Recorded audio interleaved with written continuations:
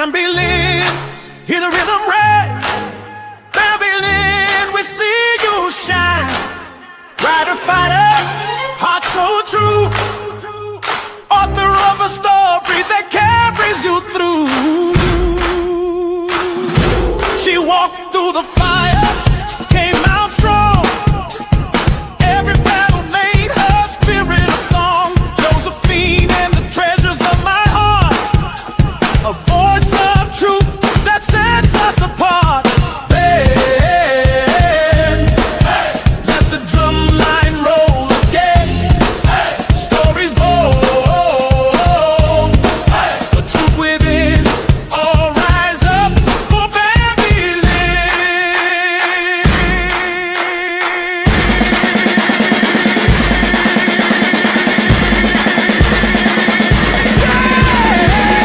Bambi Lynn.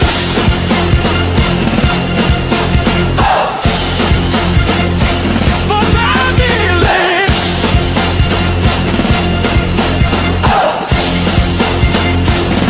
She writes of love, she writes of fight, shining wisdom through the night. Josephine speaks, her treasures tell, a legacy of heart, we know it well. Stop, hear the sound, her words lift the soft ground. Truth like thunder, so wide. With Bambi Lynn, we testify. Bambi Lynn, hey, let the drum line roll again. Hey, author's voice, hey, the strength within. All stand tall for Bambi Lynn.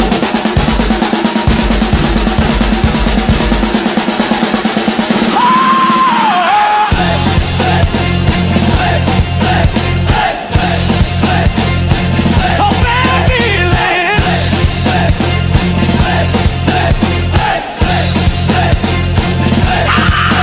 Keep your heart, keep your fire. Josephine's treasures lift us higher. Bambi Lynn, your name we sing. With every drum, let freedom ring.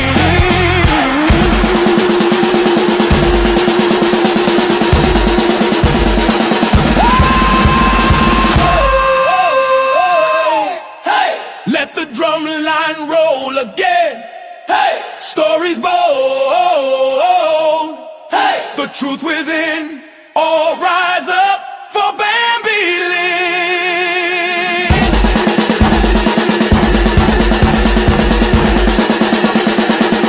Bambi Lynn, Bambi Lynn.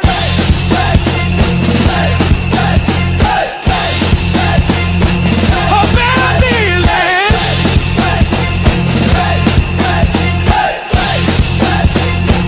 Oh, Bambi Lynn. Let the drum line roll again. Stories bold, the truth within. All rise up for Bambi Lynn.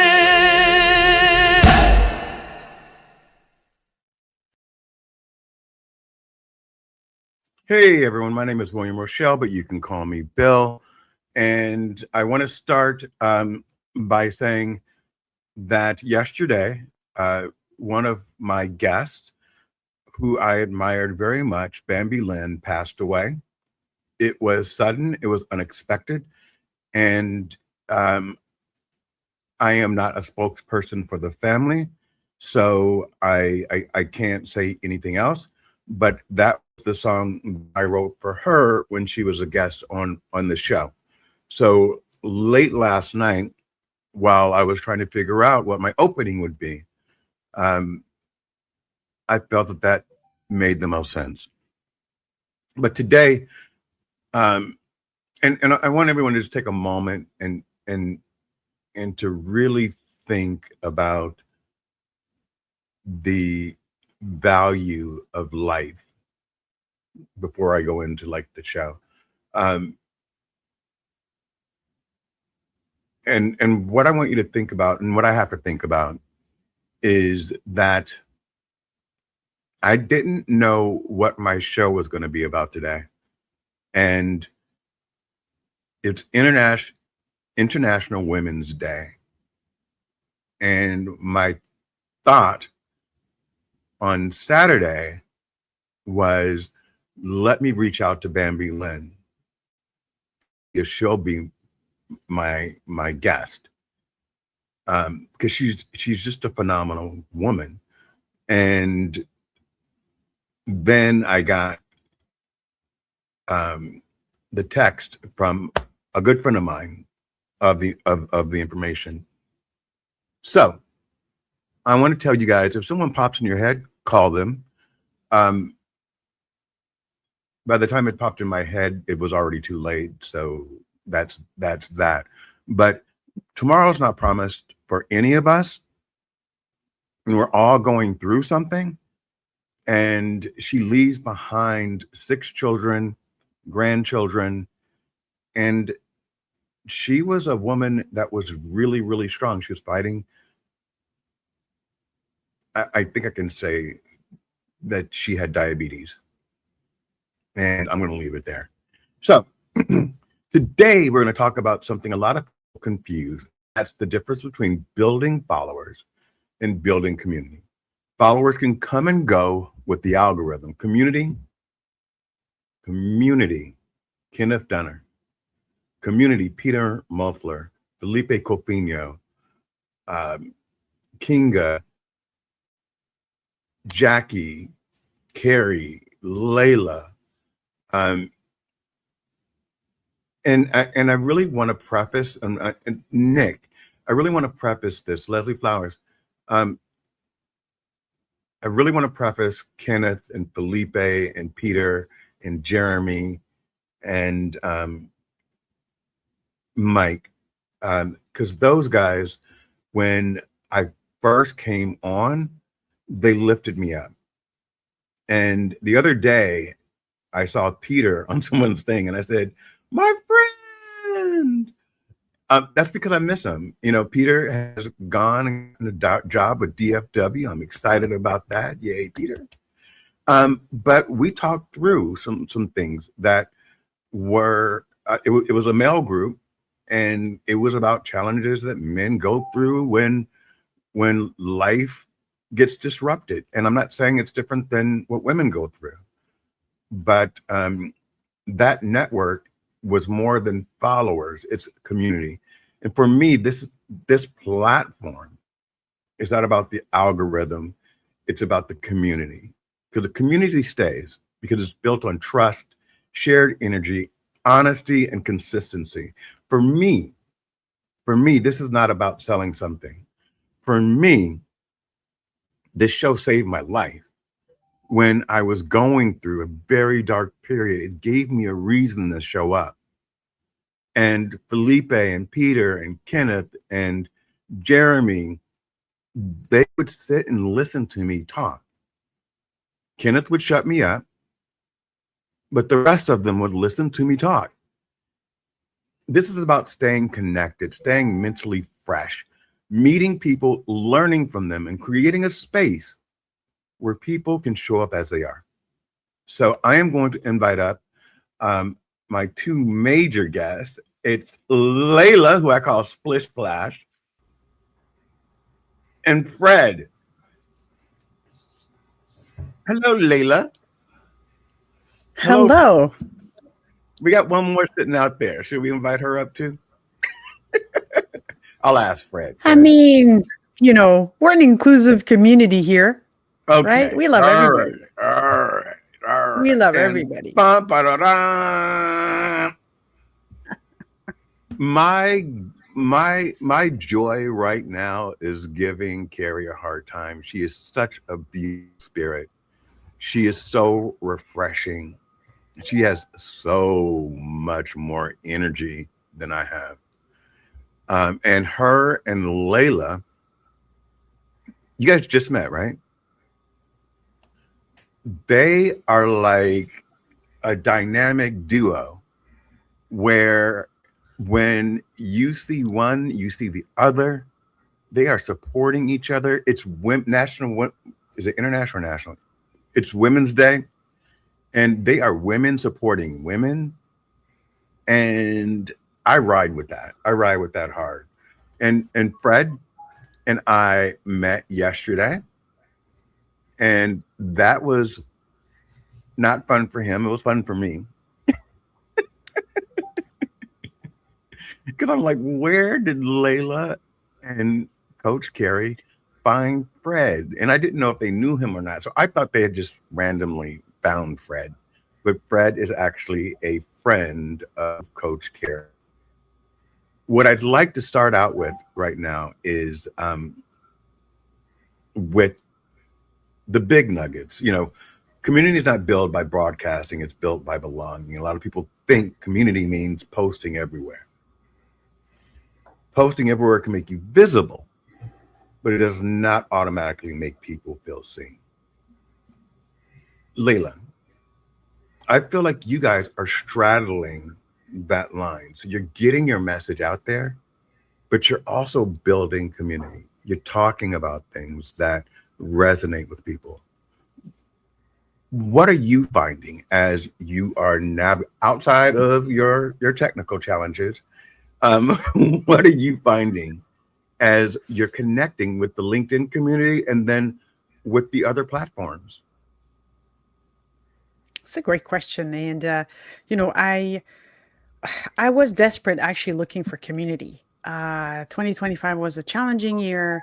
Lost my job, lost my dad to cancer, and I just felt like my world crumbled. And throughout COVID, I've lost relationship, friendships, and throughout my career journey, I've lost friends. Back to school, losing friends, family. Like it's just your support diminished and your community diminished as you evolve and grow. And I was like, I woke up one day, it's like I need people. I need to connect, and that's how I started. I don't know how I ended up on Skool, but I ended up on Skool, and then I met through Skool, met a couple people. Then I went on a couple audio shows that I never done before, and then I met Carrie on audio shows and Lachelle, and that's how I started developing this new community that's been supportive. And I've been in it for just a couple weeks, and I'm enjoying the journey. And because initially I was like, I don't like LinkedIn. It's so performative. It's not real. There's no real people. I was just going to give up on it. And then when I was close to giving up, then some people showed up, it's like, "Hey, Layla, I made a post, and then let's talk about it."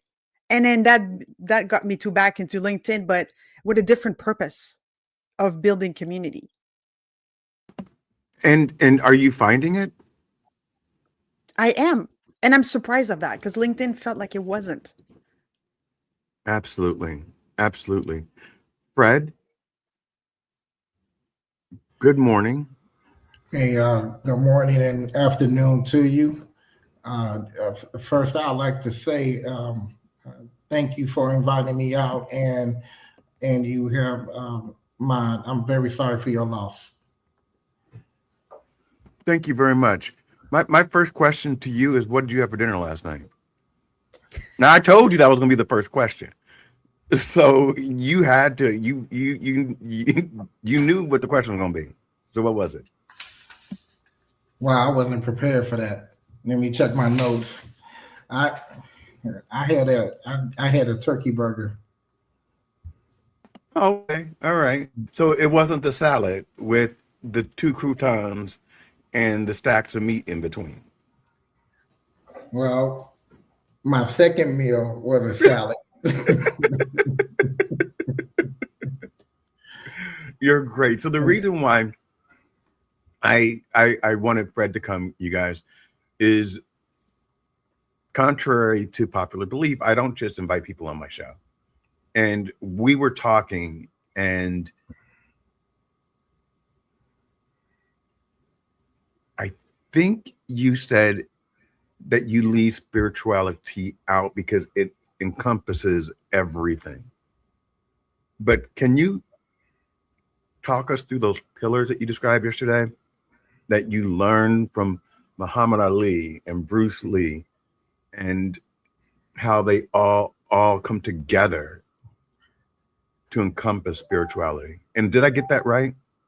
That's close. That's close enough. That's very good to be honest with you for a very quick set of words. So it makes me feel like I should be able to explain this well. A little bit of, I need to set the framework a little bit. I'm a teacher. I teach human development and whole health education through whole health martial arts science.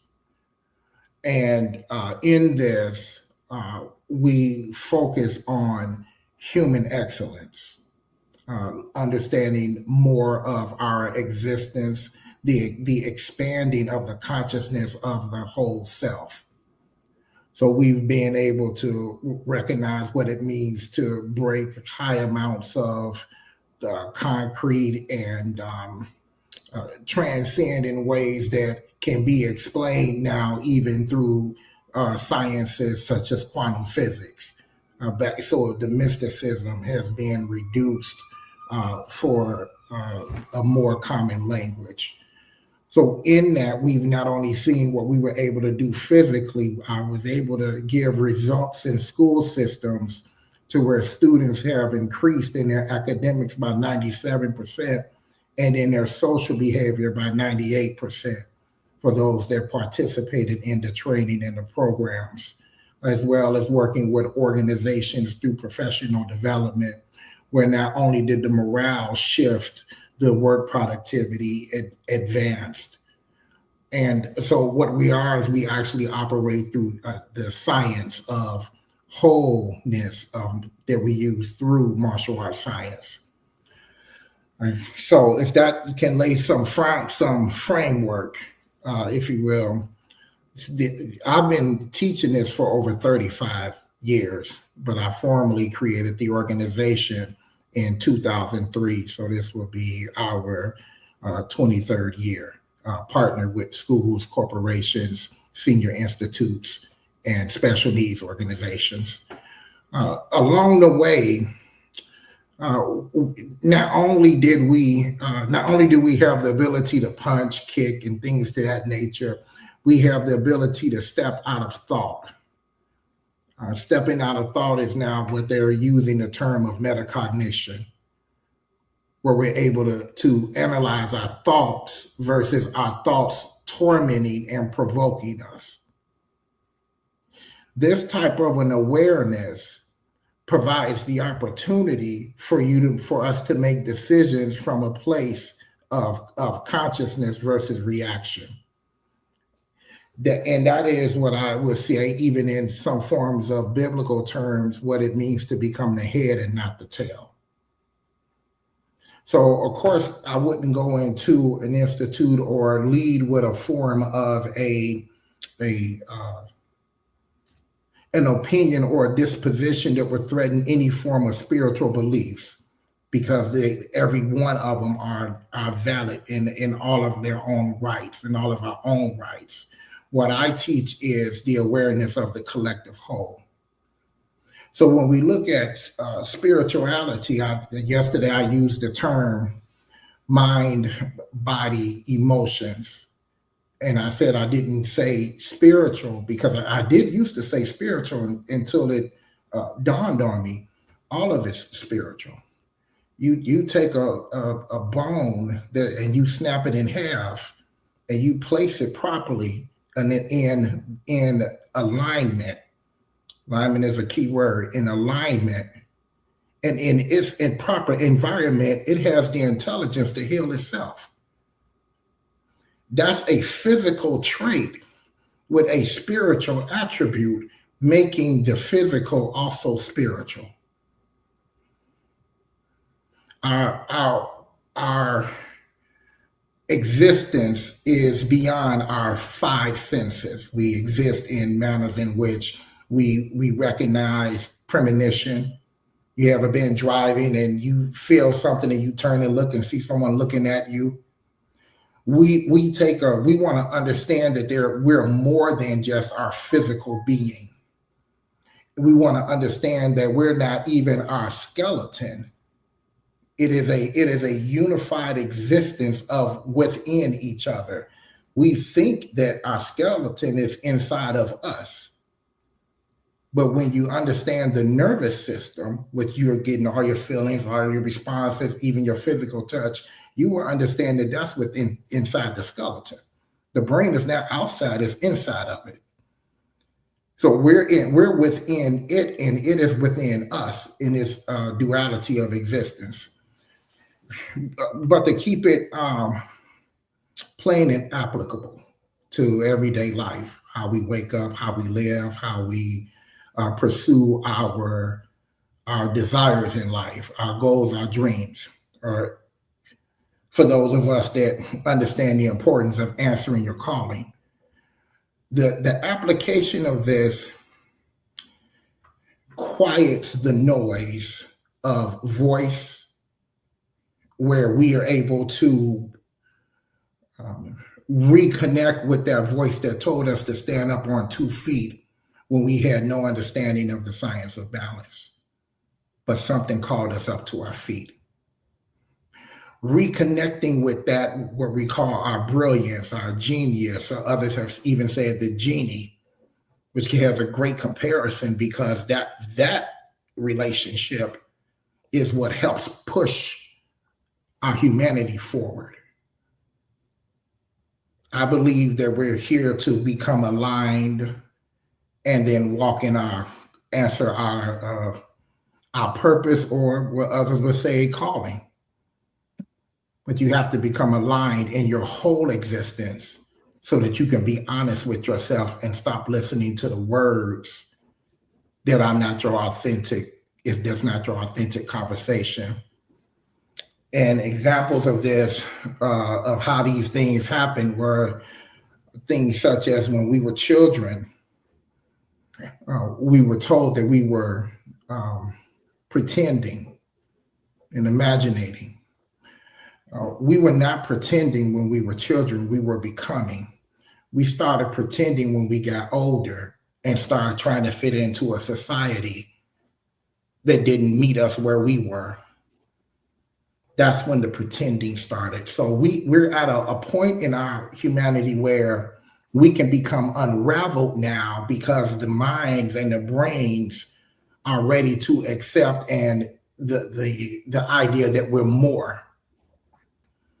So when you say unravel, because it could have 2 different meanings, right?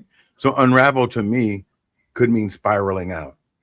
Or do you mean blossoming when you say unravel? In order for us to, and thank you so I can make it clear. In order for us to blossom, we have to be okay with spiraling out of a traditional accepted common mindset. It has the tendency of the challenge of what was taught it summons a courage. Now, the great thing about the way it's taught is it's taught through practical applications, versus you have to have some form of intense focus or redefined discipline. It takes place on its own. I never had to tell the students you have to do better in school. That it happened automatically. The students that had behavioral challenges of conduct, fighting, conflict resolutions, never had to tell them to stop fighting. I just had to show them how to resolve a conflict properly that didn't degrade them and embarrass them.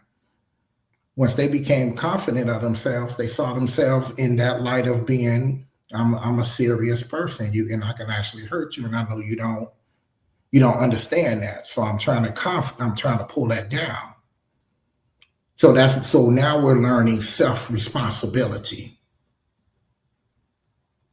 So it's not really, the challenge in none of us really knowing it or being taught it. So that means it has to be discovered. Now, the discovery of it does not mean we created it. All intelligence has existed since the beginning of time. It all exists now. Everything that we're going to realize in the future is already now. It's just realization of it. And then having the ability to communicate it in a way that reached the rational mind. When I was younger, I was fortunate to trained in Japan and trained in Korea. I'm a United States Marine. I actually taught it in the Marine Corps as well. And I wasn't Thank you just for your only, service. thank you for your acknowledgement. It didn't only show Marines how to become more devastating in combat, it also showed them how to center themselves.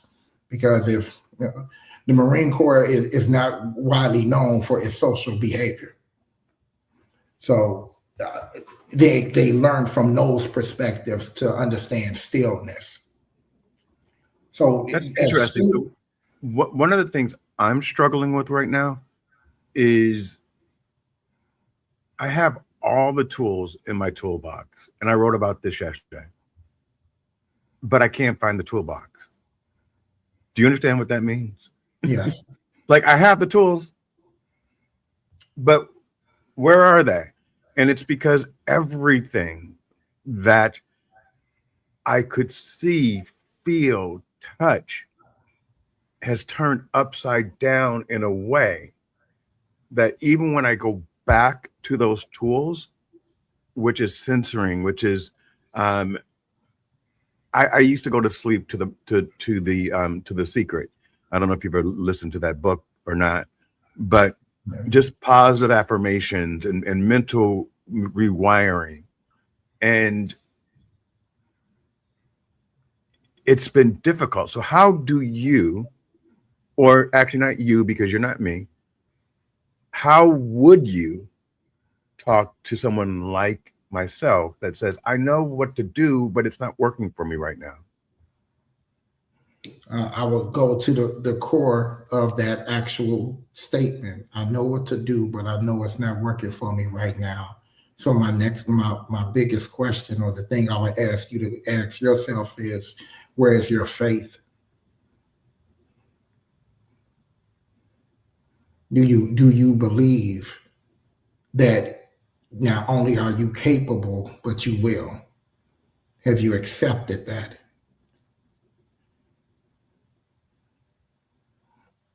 Do I have to answer the question? Not yet. Not yet. No, I will. Can I add something into it? Yes, sir, you can. Remember when I discussed earlier, we became raveled and we have to become unraveled. And I talked about us as children. Yep. Let's go back to that time when you were that, where you were whatever you were imagining, whatever you were thinking. Now, of course, you did not have all of the tools developed that you were aware of, but you had the most important one. You believed it. Yeah. At that time, at that moment, whatever we were doing, we were it. To the point that if our parents said, stop, you have to stop, it made us want to cry. So we have it reversed, where we have an outer existence and an inner existence, where we're looking at our outer existence and judging our inner. It's that parable of looking in the mirror and asking and wanting it to smile. But if you're looking, it won't smile until you accept the realization of what I was blessed to already have. I realize I have it. I realize I can do it. I realize that I have done things before. I realize that and this is where that idea of calling comes in also. If we know it came from a place that pulled us from one place, what would make us think, then it won't move us forward. Do you believe that as we get older and we go through different circumstances, that life itself has fogged our memory of who we are? And what I mean by that is, so in my 20s, I was invincible. In my 30s, I could move a mountain. In my 40s, and slowly as I get older, and I don't know if it's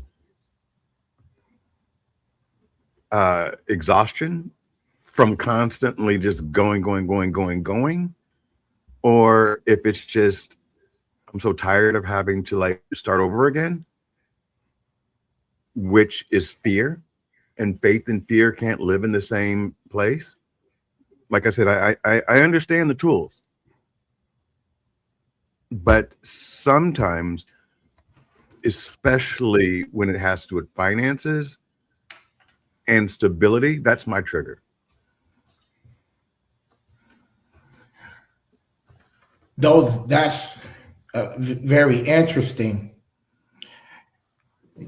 As a licensed financial advisor, I don't work with my clients until I understand they have a form of alignment and clarity.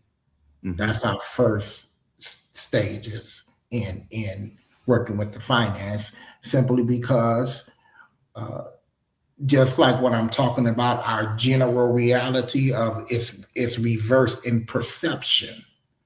We're looking at the outside for us to feel something when it's reversed. You have to see it already created, already done, and continue to work. There's no such thing as it's just going to happen. You have to continue to work Right? because it's already done. Now you're just finishing it out. So going to the idea of addressing finances, it attacks our nervous system because we don't know. We heard so many different things. How do you even know what to believe? We don't know that an insurance agent is not an investment advisor. They're selling you investments through a life insurance policy.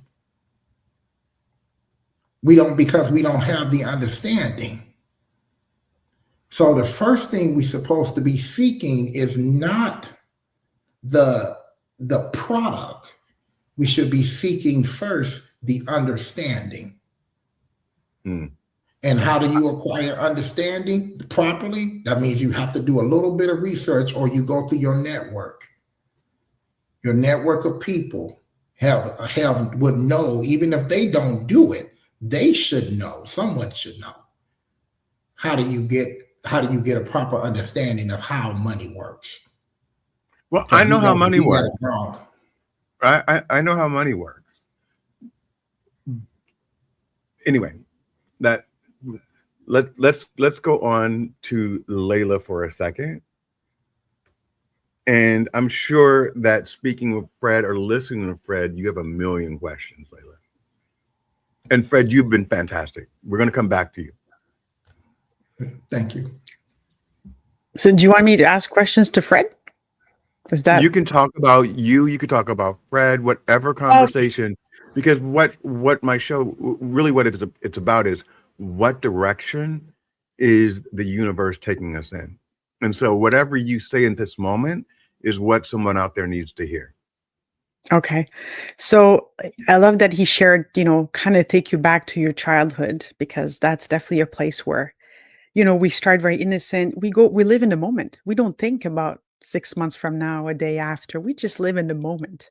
And I think as an adult, we kind of lose that a little bit because we're in this hamster wheel a little bit. So um, I think that's super interesting what he said. And for me, it's, mindset is everything, because 2025 was probably the hardest year, the most challenging year of my life.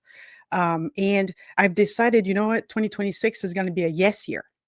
And that's why I'm here today, because I said yes to this.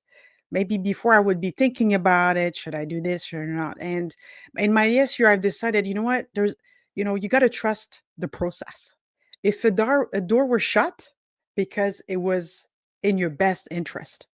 And that's the hardest, difficult place to be, because I'm in a very similar place where you're at. And today I woke up and I looked at my bank account. My bank account, I was like, I'm not gonna give you the number because it's so low. I wasn't sure. I was like, what happened? But I believe that I'm on a different path in my journey, and you got to have faith and trusting the process and practicing gratitude. And that's what I've been doing a lot more.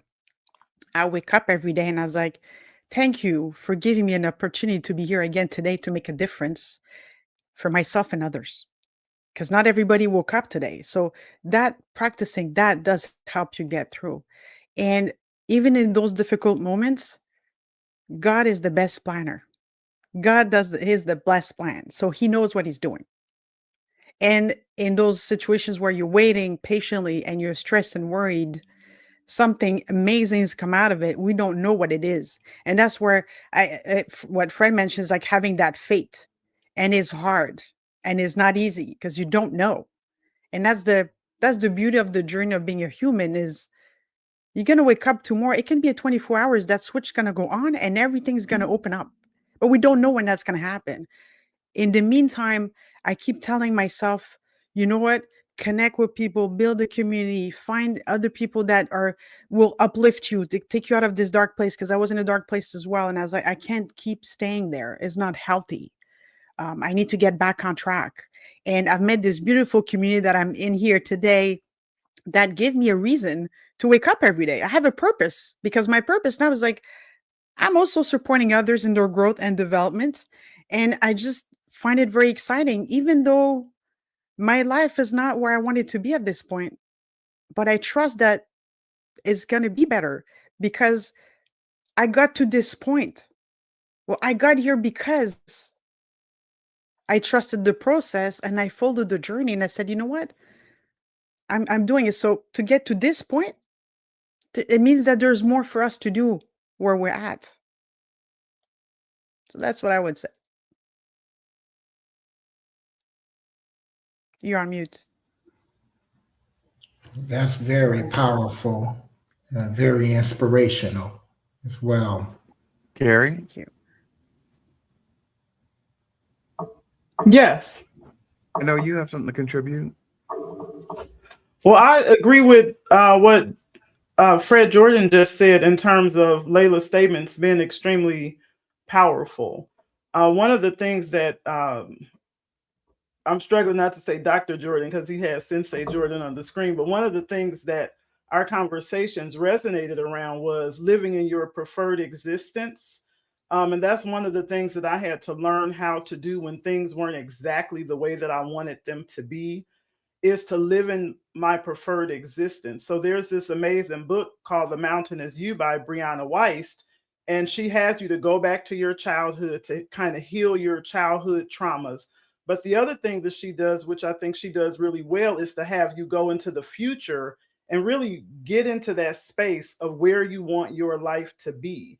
And sometimes the present is not exactly as we would want it to be, but that opportunity, like Layla said, to wake up in gratitude. Like I wake up and I'm just grateful because I know somebody did not wake up. So I wake up intentionally. And the first thing that I say is that I'm grateful to be awake. And then I take deep breaths because I've learned how to breathe so that I can center myself. So that's how I start my day. But that's something that I learned through my conversations with Fred, is learning how to breathe. Because you all know me today, but you don't know me a year ago, right? And so I had to learn how to center myself and how to breathe through things that I was going through. And it's still an ongoing work in progress. But I think that Layla's absolutely right. Building a community and collaborating with other like-minded individuals, even people who have different thoughts and different ideas from you, because that can stretch you. And so I think it's really important to have a reason to wake up every day so that you can connect to people. And even when you don't feel like you have something to give, we all have something that we can contribute. And the more you focus on what it is that you want, the more likely you are to receive it. Because it's already here. We just have to believe that it's here, and we have to put in the work to get exactly what it is that we say we want. I agree with all of you guys. Fred, back to you.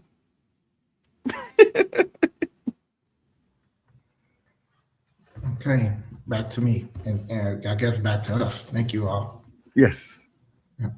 So one of the things that I where we stopped off was alignment with money. And money is abundant. It comes, it flows.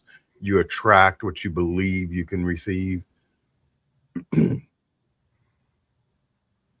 But in times like today, where the economy is falling apart and jobs are being lost, that's where the conflict with me occurs, because there's a reality out there that cannot be discounted. And I'm not saying we cannot move mountains. I'm saying we cannot attract, and I'm not going to be back in the seat I was in. What I'm saying is right now, I need to figure out how to re-navigate through this space. And that is where I am personally struggling. And it's also a PTSD. I had everything in 2010 and the market crash. And what does that mean? It means my house got foreclosed, my car got repossessed, I need to find a place to live. And then I rebuilt it all back. And that's why I said, does it change as we get older? Because I'm getting tired. And built it back successfully. And then, not because of poor planning, not because I didn't have the right dollars coming in, and not because I didn't invest correctly. Because of situations. It's a situational issue. And so, and I'm being very sensitive right now, and I'm putting you in the hot seat right now, Fred. So how do you speak to me without diminishing the fact that my concerns are real? Definitely, I commend you for bringing that forward, so that the subject alone can have some form of addressing from the perspective that I shared. So thank you. When I started studying the SIE, then the 6, then the 63, then the 65, and then the mortgage loan originator officer licensing, we know that in our thinking that we think in patterns. We know that our actual neurological sequences fire up in different sequences, which tells us which is the route of how we think. As I studied those subjects, it changed my view, perspectives, which changed my relationship with money, in the sense of I didn't define it the same way. So I'm a martial artist. I hold a record for breaking 59 bricks in a minute. I'm known for demonstrating breaking from a perspective where it's beyond your physical strength, because I understand it's an energy. Once I saw that the dollar itself didn't hold value and went up and down in value, but the paper itself was nothing, I understood money was an energy. So money, the energy moves on levels, up and down, side to side. Energy does not have a one direction. If you can understand where are you tapping into the energy at, because it's still flowing. Money never stopped flowing. The economy went bad, but money flowed, plenty continued to flow if they print it. And then they say this is the money that can go out to places, but where are you trying to get it? What level are you trying to get it on? What is the energy at that level? I've pushed so hard with the school systems through Chicago, New York, LA, looking to put those in my martial art classes in their schools. Guaranteed results. People have seen it. Children, parents, people have written letters and things to that nature, but the schools did not fund a continuation program because the money wasn't on that level. It was on another level. The stream was somewhere else. So instead of understanding, well, this is how many dollars I need, maybe this is just a thought. Maybe asking, or maybe saying, this is the stream of income that I need to tap into. Not just this is where I need to hear some dollars. I need this stream because this stream is coming from this, the way the money is flowing. So when you say stream, what do you mean? Remember, the energy is flowing. Uh-huh. Currency is flowing. It's coming from a decision in combination with Congress and the feds of, Right. of what they're going to do to the economy, but it just adjusts the streams. Okay. So looking to learn, get the understanding of how are the streams adjusted. So every year, and before I speak on this like it's in stone, but I understand that there is a release of some form of either a publication or it's public about the laws that have come down for the year. Yep.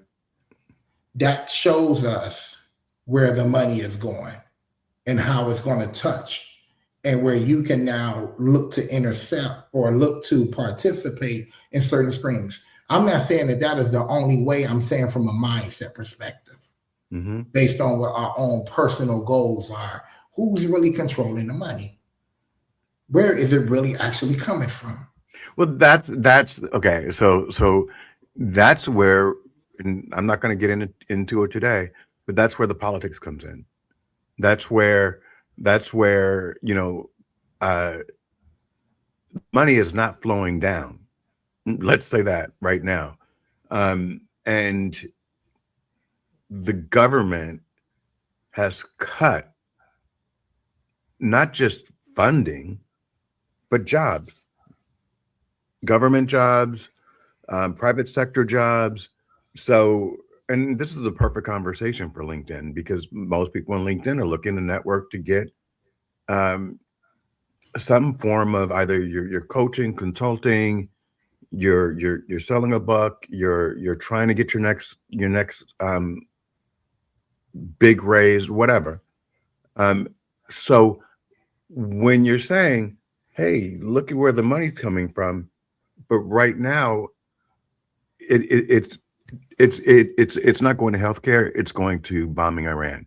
It's not going to healthcare, it's going to bombing Ecuador. And we're talking about billions. It's $1 billion a day is what they say that wars are costing us right now. And that could feed entire communities. And when, and I'm not angry, but when my house got foreclosed on, my tax dollars bailed out the banks, but did not give me my house back.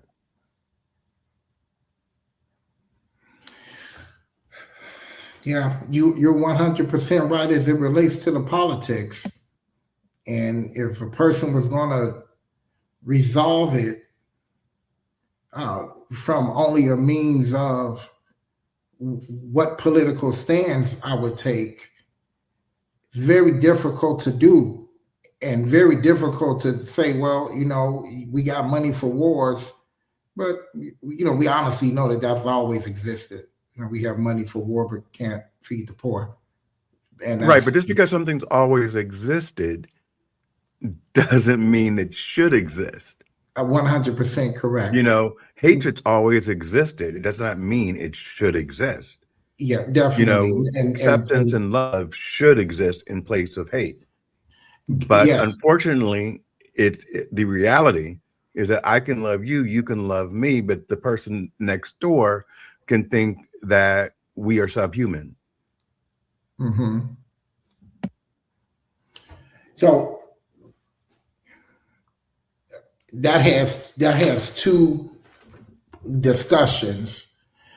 Going back to the one again, as it relates to what levels are we dealing with people on, Are we dealing with them in our personal interaction with them, or are we dealing with them based on what their thoughts of us are, is levels. And the common core between the entire conversation is becoming aware of your equation of knowing that, one, what you give attention to will grow, whether that's doubt, uncertainty, disbelief, I will be surprised, I hope.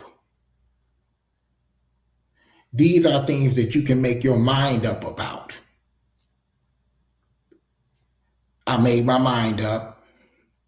It will happen. It has happened before. Every challenge I faced, I overcome. And everything I faced taught me something that put me somewhere else closer to where I was looking to go. Love that. So like Layla was saying, aligning your faith, staying aligned in holding on, holding in there mentally. See, you need your nervous system okay in your physical existence so that you can hear clear. Because once that nervous system starts responding to the story that you're telling yourself, and it paints the picture, your nervous system attacks your thought. For you know it, you're doing all kinds of stuff, and you forgot the mission. But every situation we faced, we got through it. We were okay when we didn't think we were okay. And we have all seen things happen in our life where we know it was beyond our own thinking. It was some form of favor, some form of an alignment, some form of an answer. How can you recognize favor without struggle? What will make us think that we can't put our mind toward accomplishing something and cannot do it? That is a thought to insult our genius. We were told, oh, they're going to hold us back, or they can, or they think about us a certain way. Or Wait. I need to repeat that. That is a thought to insult our genius. Is that what you said? I think, yeah. I think. Okay. That is a thought to insult our genius. I want everybody out there to sit with that for 2 seconds. I'm going to see because that was fire. That was fire. And I'm purposely pushing back on you. I'm purposely saying, but. And Layla and Carrie and I believe, have had this conversation. It's about how do you coach people or consult with people during this period, because everything is unknown. And your previous practices can't apply to today's timing. But what you're saying is, don't look at the world around you. Look inward and understand that you yourself can get you out of this. But you have to believe like you've never believed before. You have to see it as if you're already holding it, that you have to know that that seat is waiting for you. You just need to go and sit down on it. That's what I'm hearing.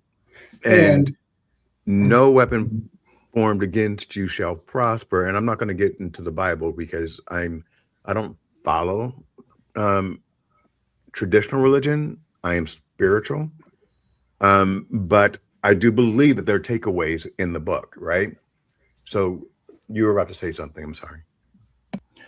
I wanted to build in the statement of the belief in self.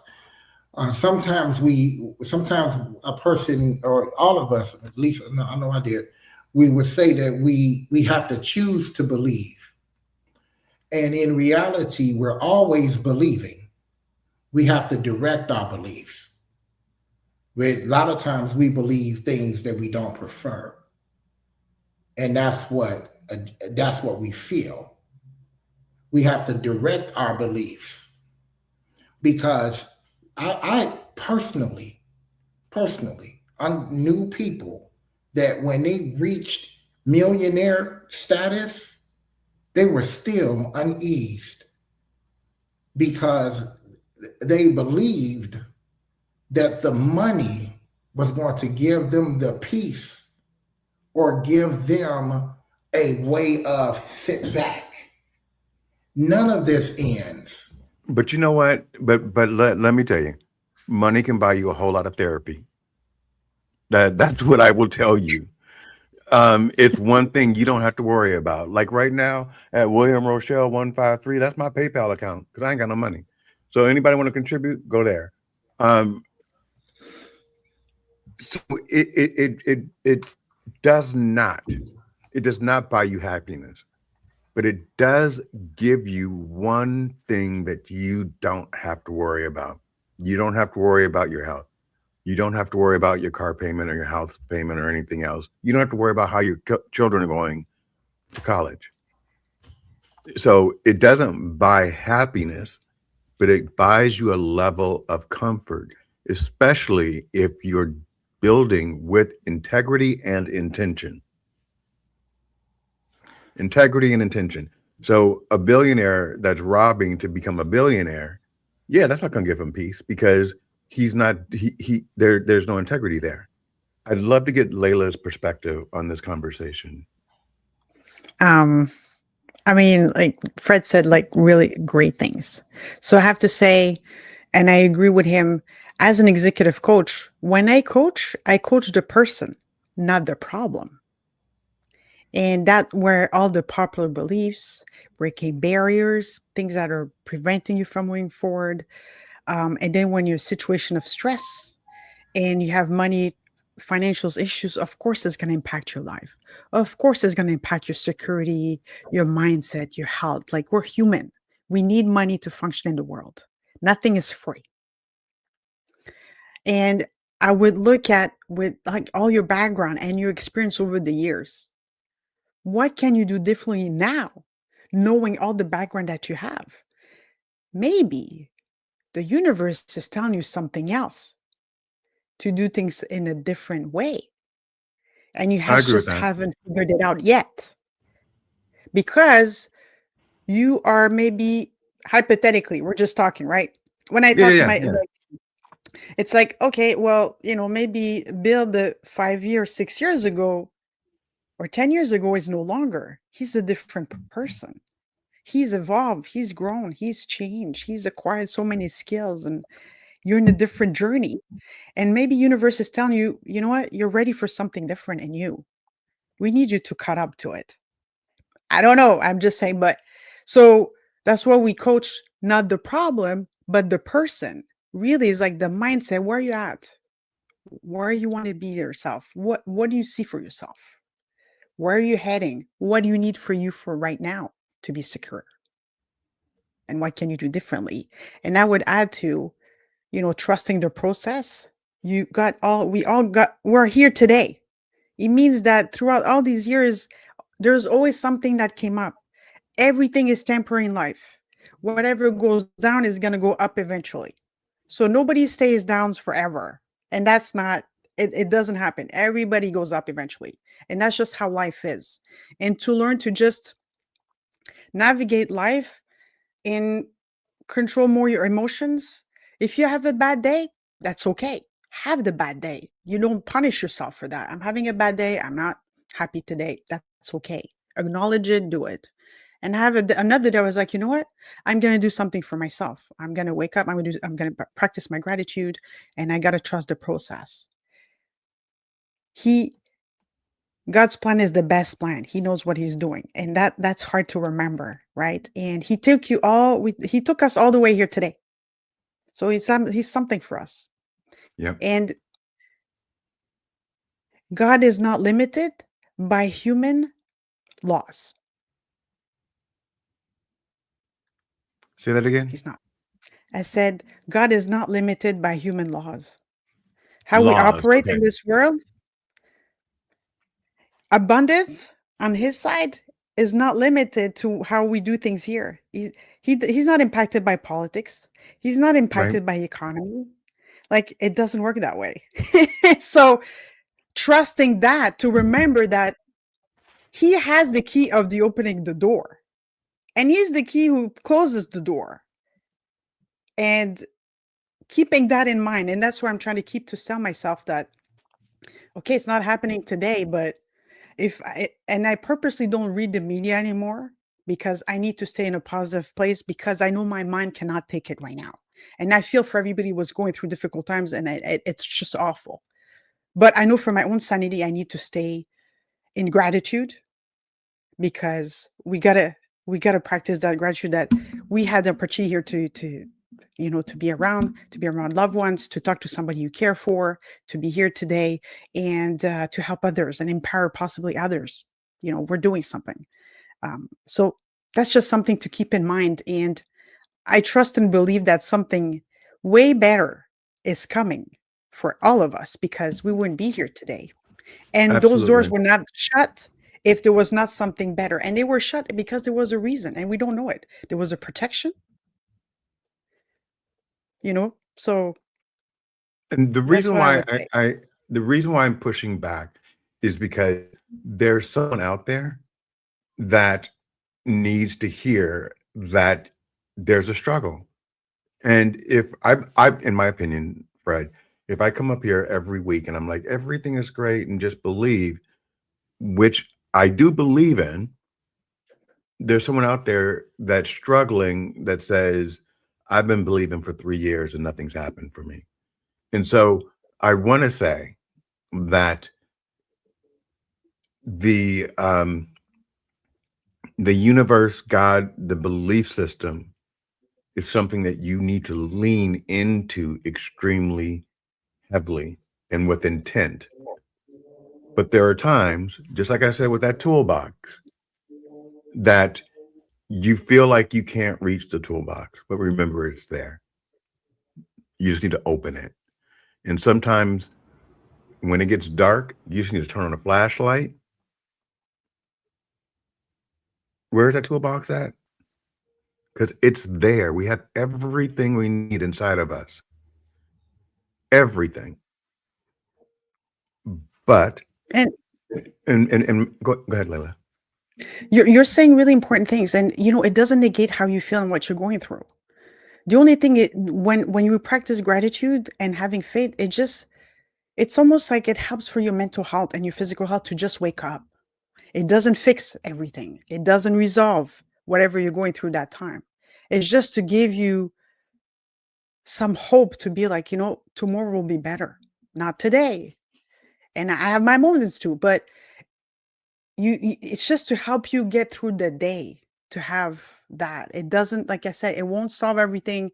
It might not put food on the table, but today I'm thinking, you know what? I have a roof on my head. I had clean water. I had a hot shower, and I had food. I was like, wow, today was good. Hopefully tomorrow will be better. Like, Yeah. I'm in the same place as you are, but I'm really trying really hard to be like, and I have those voices as well. There's like, you're not good enough, you're not smart enough, you're not educated enough. I'm going through interviews like, you're not experienced enough, you don't nothing enough. And I'm just like, you know what? Sure. But And somebody somewhere. I don't want to bring down the energy because I want to uplift, really. So guys, I'm in a good spot today, but I'm living life minute by minute. And all that means is that I can wake up tomorrow and get some bad news, and it takes me a minute to get over it. And if I do it day by day, that's too long for me, because I need to recognize that the next minute is going to be better and flip that switch, because I can't afford to be down all day. I need to rewire myself minute by minute. If you look at my life on paper, where I came from versus where I've been, it doesn't make sense. So you know there's something else out there that has lifted me and carried me through.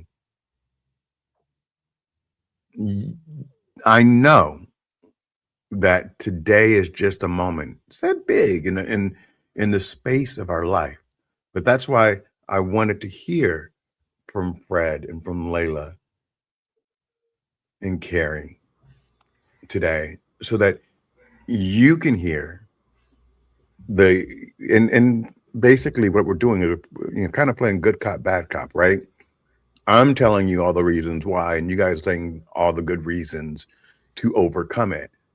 Because there's someone out there that's been looking for a job for 3 years or 4 years or 2 years, and you feel like you have no value. It will get better.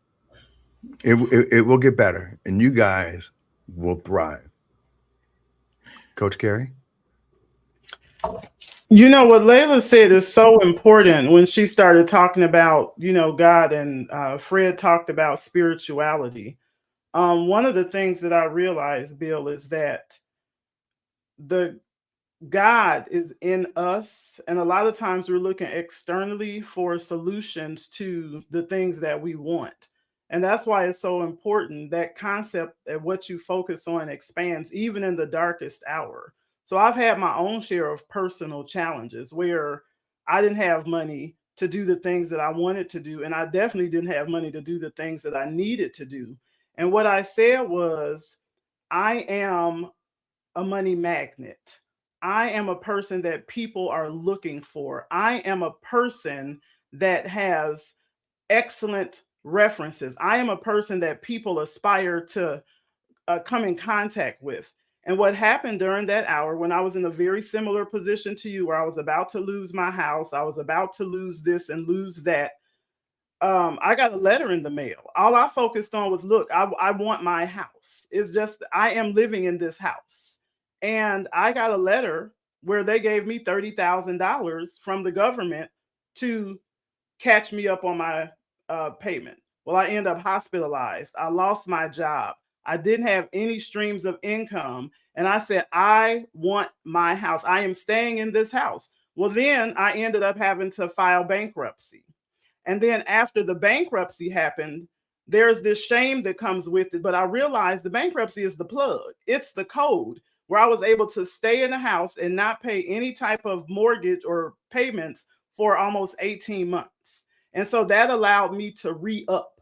And so there are tools and resources available. And I wrote an article about it, that sometimes we just have to understand all we got to do is focus on what we want. It's not on us to figure out how it's going to show up. And all of the skills that we have, Right. where we were making 6 figures, 7 figures a year, we still have those skills. Maybe it's time to stop asking for a seat at the table and build it ourselves collectively. And that's what this collaboration and community is about. Go ahead. Go ahead. Fred, back to you. All right. I agree 100%. What Coach Carey said, what Layla said, it amplifies the idea of alignment, aligning self properly. What I'm talking about when I'm saying things like, well, which levels are we dealing at? Align yourself on the proper level, because hardship, when you outgrow the cradle and the cradle breaks, don't cry because you got to level up. You've been wanting to level up.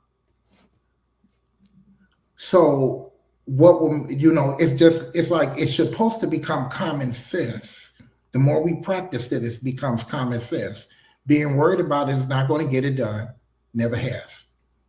Living in the possibility of what you don't like does not make you rest well. Totally opposite. And it doesn't fix it. You practice controlling your thoughts by learning how to clear your mind. And then just remember, you clearing your mind so that you can lay your bricks properly. You were taught to worry. We were taught to rationalize. Rationalize is not our national. Those are not our national rationalities. Who would intentionally punish themselves,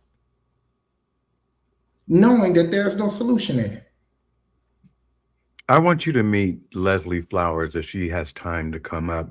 She doesn't need to turn on the camera, but I just believe that you and her would 100% do a great show together, and you should meet her. I just asked her if she'd come up for a second.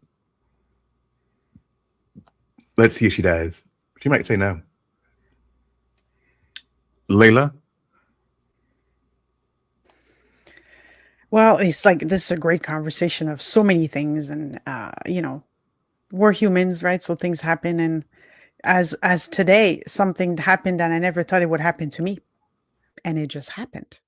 Oh, yes, let's talk about that. Right? So this is where the mindset and believing is like, you have this idea is like, I want to get my degree because nobody thought I could get, I would finish high school. I'm too stupid for that.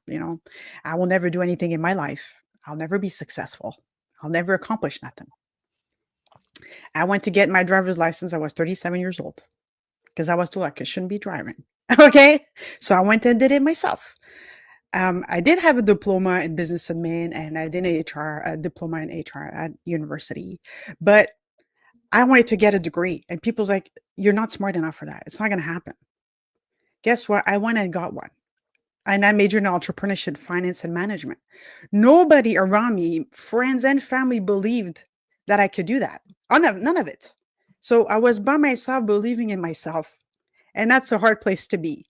But I said, you know what? Somebody else has a better plan for me. And I kept it in my faith that somebody else believed in me, if you know what I mean. Mm-hmm. And if the idea is there, is because I'm supposed to go there. And in no way in my journey, I was like, how am I going to afford it? How am I going to pay for it? Like I'm by myself. And believe it or not, when I said, yeah, I'm ready for it, it happened. In places I never thought it could even happen, never crossed my mind at how it would be able to be funding my education so expensively. And recently, as of today, I never thought I would ever be recognized for anything because I've always been told that I'm not good at anything. But I've been recognized today for International Women's Day, International Global Voice of 2026. I just received it today. Congratulations. Because some leaders out there recognize my talent. They recognize what I bring into the table. They recognize that I've been developing a lot of female leaders and men leaders, and I've been writing a lot of articles about leadership development, female empowerment. And out of nowhere, I never thought I would be recognized by nobody. And it just happened today. So, ladies and gentlemen, to the stage, let's welcome Miss Leslie Flowers. Hello, hello.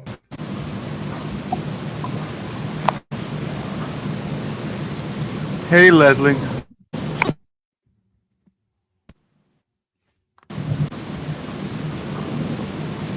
Maybe her audio's not working.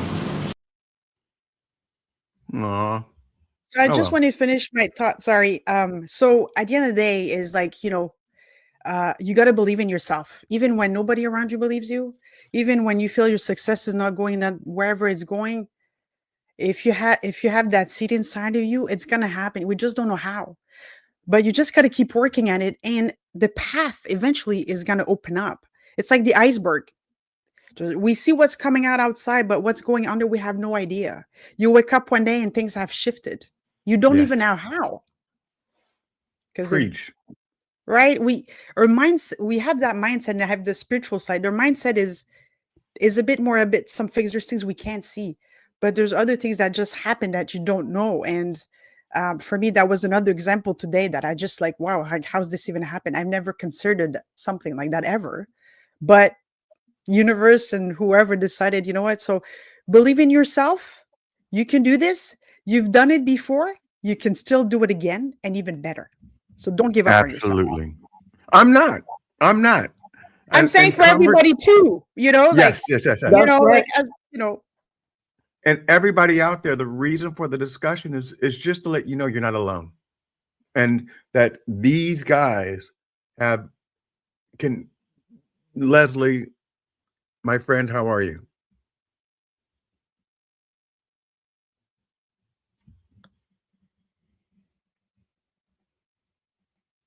I think you're muted.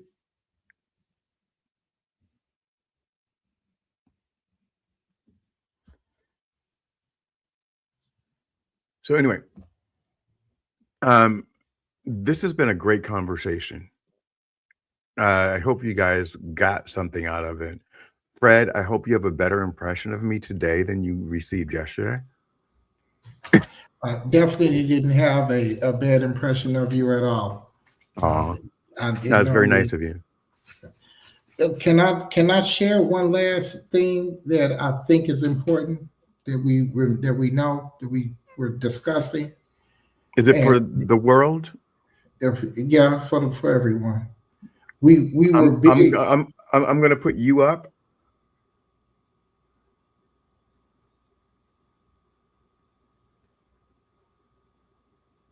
Can I go? Okay. We mentioned, all of us, we discussed gratitude and the importance of gratitude. And I just want to touch on how gratitude is truly placed. When I was younger, I was in a car being driven to Detroit, and that was the longest ride of my life. It was the worst thing I thought I have ever experienced. And when I got older, without a challenge at all, I drove to California back and forth multiple times. And the difference between the two was, even though I knew I was going to a destination, when I learned how to have gratitude for the journey, even though I had to go through mountains, I had to go through bad weather, and even be out there with, I don't know what else was out there. It is the gratitude for the trip, the journey, the downs, the ups. Knowing that, any of us that studied anything about the money, when it goes down, that builds momentum for us to turn back up. When energy goes down, it is like a slingshot where you find your will to let it loose, and it's going to go to new heights that it hasn't touched before. 100. Back in 2010, this one woman said to me, "Why are you worried? God can change your life in a day." And that moment changed my life, because it just refocused what I was thinking about and who I was relying on, because I was relying on myself. Hello, everyone. Oh, she's here. Hi, Leslie. I'm battling Mercury retrograde and not quite enough power in my phone to align with the powers that be today. I just felt like when we're having this conversation, and I was listening to Fred, I was hearing you. Yes. In my head. Yes, I was feeling the same way about Fred. Exactly the same way. We teach the same thing, my friend. I think you have a few years on me, but it's nice to meet you and know that there's another metacognitive on the panel. Man, the pleasure is mine. I'm sure I'm not ahead of you. I'm sure you have a lot of things that, because we operate in the state of metacognition, that I'm totally not aware of, that I'll be able to learn from you as well.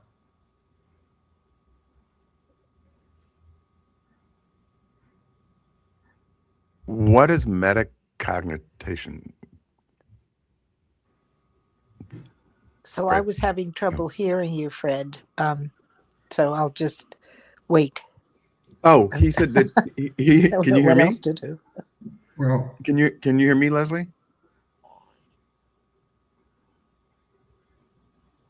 Can you guys hear me? I can hear you. Okay. Leslie might be having I can problems hear with. it. I can hear you now. Yes. Okay. All right. Uh, I was asking, what does metacognition? I can't even say the word, Joe. What does that mean?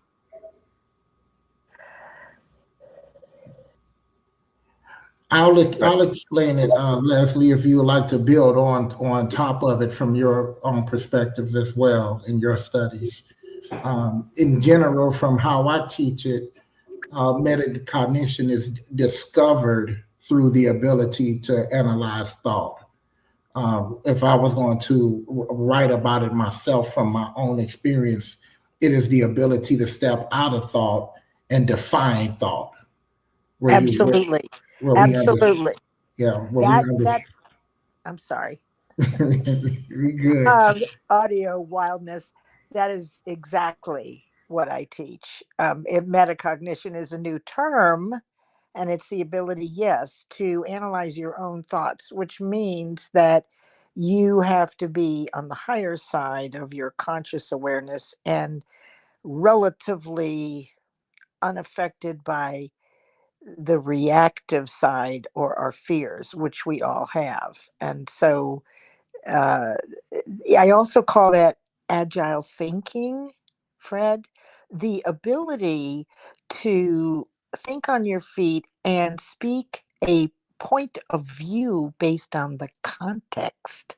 So not only are you just responding, aware and uh, uh, not reacting. So you are speaking from the conscious mind, which is what we're working to do to outweigh the reactive and negative, which typically reigns our thinking or not thinking. And so agile thinking is what I've discovered is that not only do you respond, but this has to do with context competence. So I could teach this just like you could to a group of plumbers or a group of physicians. The only thing would change is the perspective I used, the point of view. And that is what I see metacognition is also. It's the ability to watch yourself think, observe, and actually make choices. And, it's almost like you've got another person in there, and actually, who that other person is the universe and God. In my view, that to carry what Carrie said is that we've always heard that God is made in our image, et cetera, but we're looking up into the sky, right? As though probably from the storybooks, but the reality is intuition is in your conscious mind, and that is the whisper of God. Unfortunately, it is a feeling and a sensing that is typically outweighed by the reactive, low vibration emotion, which is so practiced that it squashes very quickly the great idea we have or the intuition, and only one thought prevails in any moment. Which is going to win? Which will dominate? And through practice of what you're talking about, Fred, and the work that I do, you are better able to recognize that this you are reacting and pause, as many people say, and become objective and evaluate and be curious. Then you can choose a different thought, which has a different vibration. But all of this, sounds wonderful and it's a great picture and you could see how it works. The trick is, if there is a trick, that it has to be done in spaced, repetitive intervals over time. And you have to be ready and willing to commit to this kind of thinking. What do you think, Fred? I'm very grateful to hear you speak. I don't know if you run into to us a lot, but it's wonderful to know that someone else can hear the conversation and be just as surprised when they hear their own conversation, as if they were another person listening to it. So I agree with you 100%. That's why really martial arts align with it well, because we align ourselves in physical movement and repetition and Yeah. consciousness of that physical movement and repetition, which helps continue in the alignment of thought, act. How are you feeling when you act?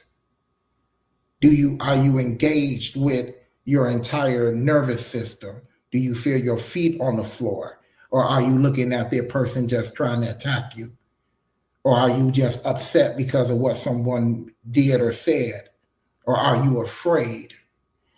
Becoming conscious, where you become aware, everything else bends to you. When we defend ourselves or something, even though that's a very low level example, it's not like we look at it and then we do it. It's like we can predict it. We see it happen before it happens. Isn't that though? Is it really prediction? Because I heard you speaking about this, and really one of the things that I've discovered is that visualization is the DNA of manifestation. So is it really a premonition, or is it based on the law of transmutation of radiant energy? That is, once you get an idea, if you begin to visualize it and see it as though you really have it, or you already have it, it makes you feel good. It raises your cellular vibration, and you will attract to you whatever thoughts and vibrations, positive or negative, that you think the most. And the way that we manifest is actually the reason it may not be a premonition, and I think you'll like this, everything is created twice. First, the idea, which is thought energy, you get the idea and you think, oh, I'm going to do this. In that moment, it is understood by many, and I don't understand all of it, but I've seen the results. The second iteration is fully manifested in form. The repetition and the vibration you keep in spaced repetitive intervals over a period of months is the same amplitude of vibration that moves the fully formed manifestation to you. And you notice that you don't go toward it, it lands in your lap. So then it wouldn't be a premonition, it would be a reflection of the law of the universe, of one of seven, which is that you can transmute radiant energy into physical form. So maybe premonition, but I say if you do it right, this is how children, they don't have as much fear as we adults do. They haven't had the years to build it, if you will, or experience it repeatedly. So they get everything they want because they, like you said, Fred, they just visualize, right? They see themselves with the new bicycle seat. They see themselves riding with their friends. So they are visualizing and they're excited about it. You see, mind is a cellular activity, and it controls your body and your brain. It's the source, what you think. If you feel really great, you have a spring in your step. If you feel really lousy, you're dragging your feet. So that, maybe premonition, but yet, is it really, if we know that both the idea and the fully manifested iteration of the idea are born at the same time?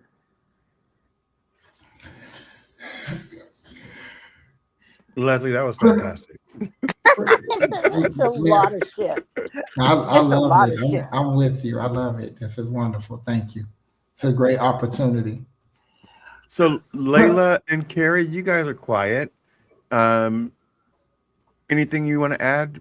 before we cut out?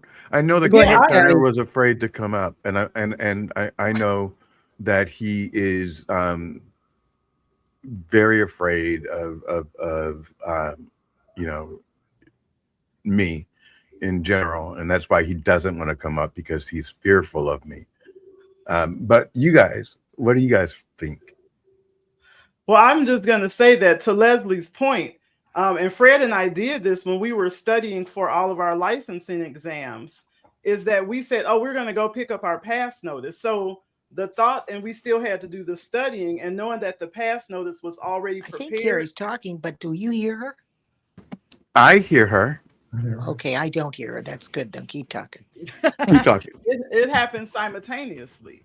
And so it's exactly what Leslie talked about. Those things that you want, you think about it and it manifests at the same time. And so we just put in the work and we went and picked up our notices. So I love the conversation, but it's not just with exams. You can really do that with any and every single thing in life. Layla. Yeah, on that manifestation side, what I do as well as an exercise, and I do all the time. So I have a notebook and I make the list that I want to accomplish for the 2026 or the year. And I go back and I scribble a lot because when you imprint it, it takes a different level of energy in the universe. Right. So, and then sometimes I go back a couple months and I look and it's like, wow, that happened. I can like, put a line on it, like cross it. That happened. That happened.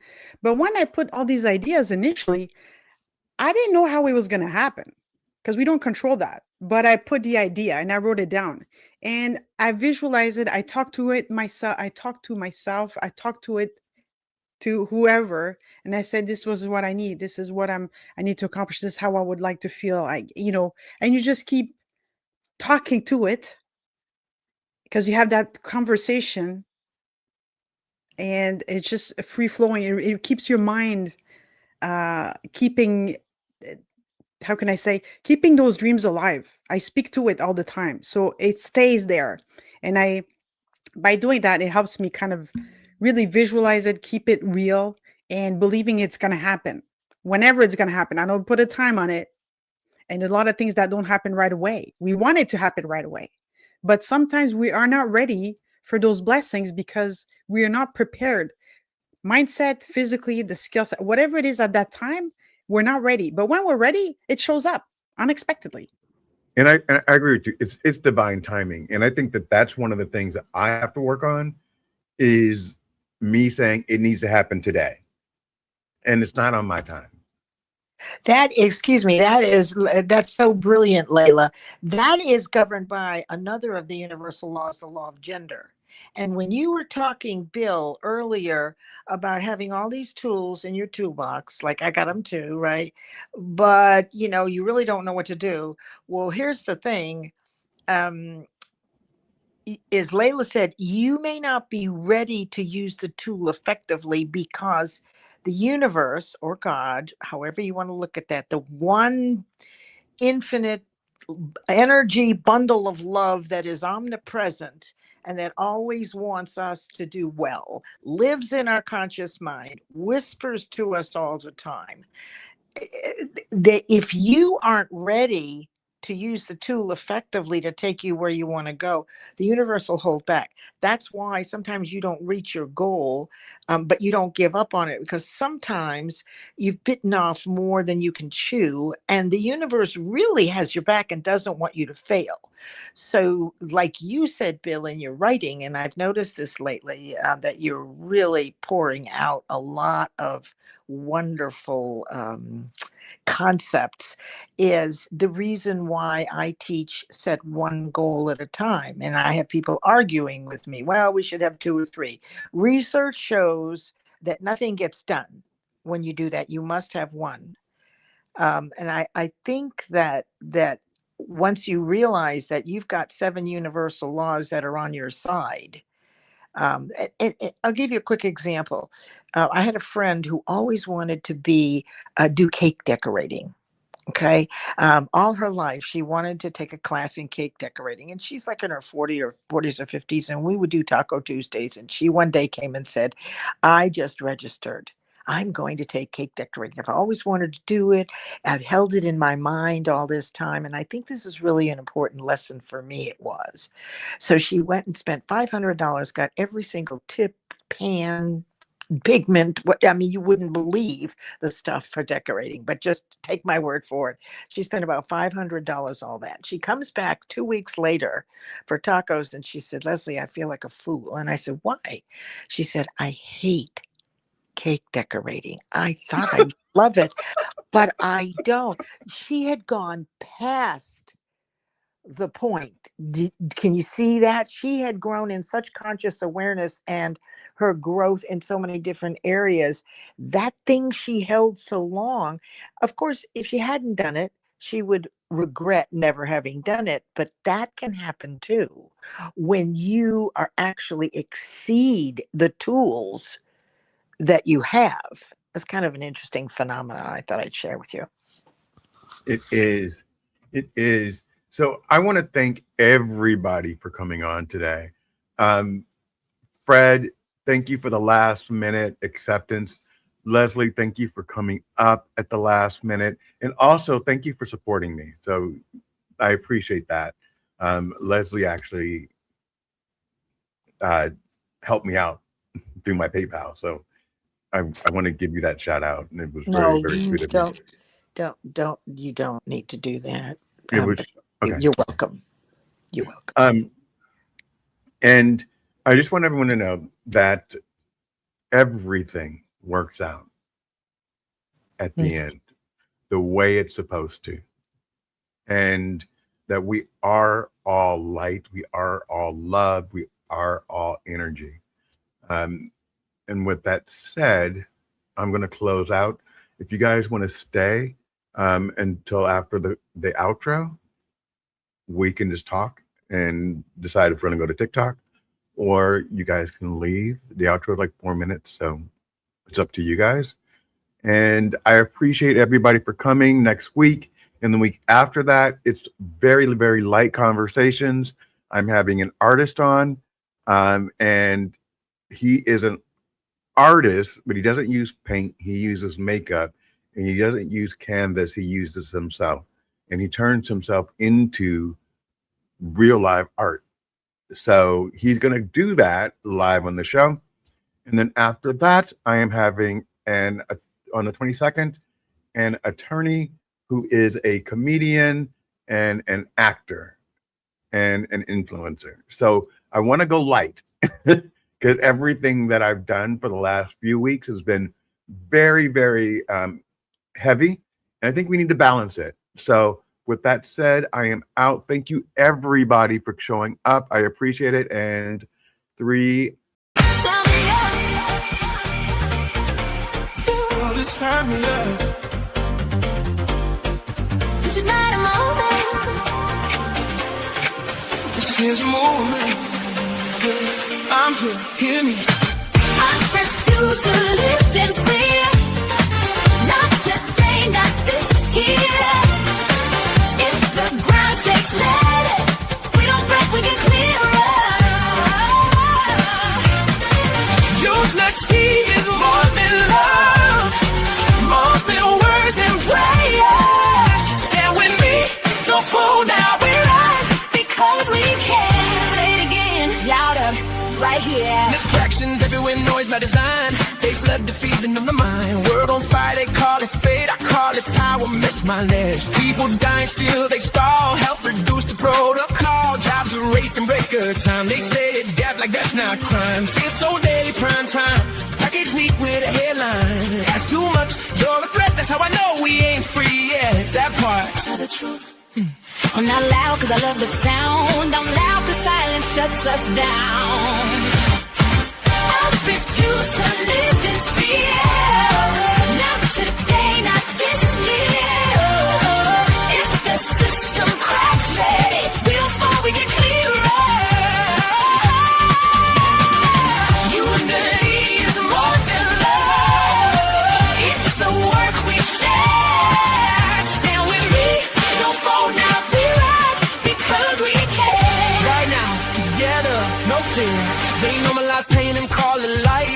smile while we sacrifice. Single moms choosing red or bread. That's not policy, that's bloodshed. They sell hope like it's rare. Say be grateful just to be here. I'm not angry just to shout. I'm angry cause I figured it out. Screams go while the truth goes up.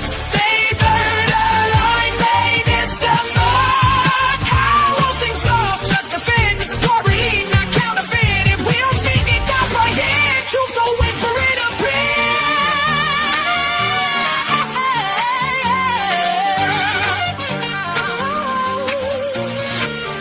Refuse to live in fear. Not today, not this year. if the ground shakes, look louder. We go there, we get clearer. Don't believe it's gold, not a slogan, not a trend. We don't wait, we don't flow. This is how the future bends. Say it, say it. Say it again. Me wanna die, they wanna speak, they wanna fight, know it's claps and clicks, but I see you, you see. That's how revolutions be. I see you, I see you. Lions calling, I see you, yeah. Still they say, oh, it's clear. Here for who won't speak and say, while our loves disappear. Take all the takes I call the lane. By deep the slip for the everyday. I won't wait for permission slips. Tell truth between lips. Enough, no one. Tell it. Say that we need repair. Systems built to actually care. The speeches I can't pay. Smiles just to mix and cry. I'm not pretending this is fine. I'm shrinking just to survive. It seems too uncomfortable to just whatever shadow. No fear.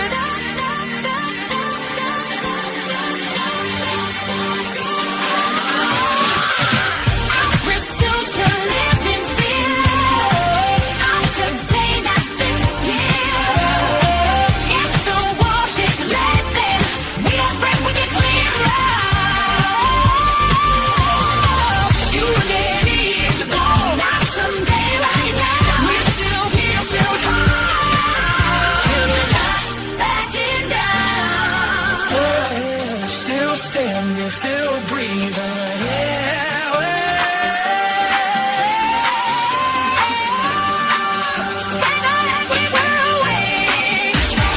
and we're done asking for space. You wanna win.